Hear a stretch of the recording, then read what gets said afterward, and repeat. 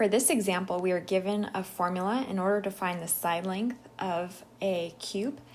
And the formula, S stands for the side length, and SA stands for the surface area of the cube.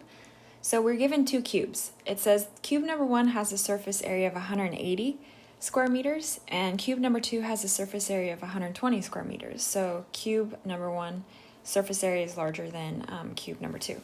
And they want to know how much longer is the side length for cube 1 as opposed to cube 2. So let's find the side length using this formula for each cube. So the side length, the surface area was 180, so we're plugging in 180, and then divide that by 6. So 180 divided by 6 is 30. So the side length of the first cube is square root of 30 meters. For the second cube, let's find the side length using the same formula.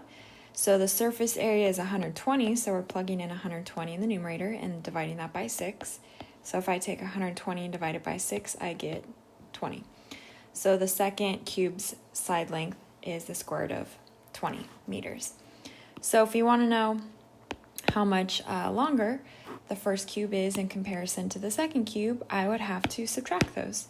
So take the square root of 30 meters and subtract that from the square root of 20 meters. And right now I'm looking and I can see that these are not like radicals because they don't have the same insides. However, 30 can't be simplified any further because there's no pairs in its prime factorization, but the square root of 20 can.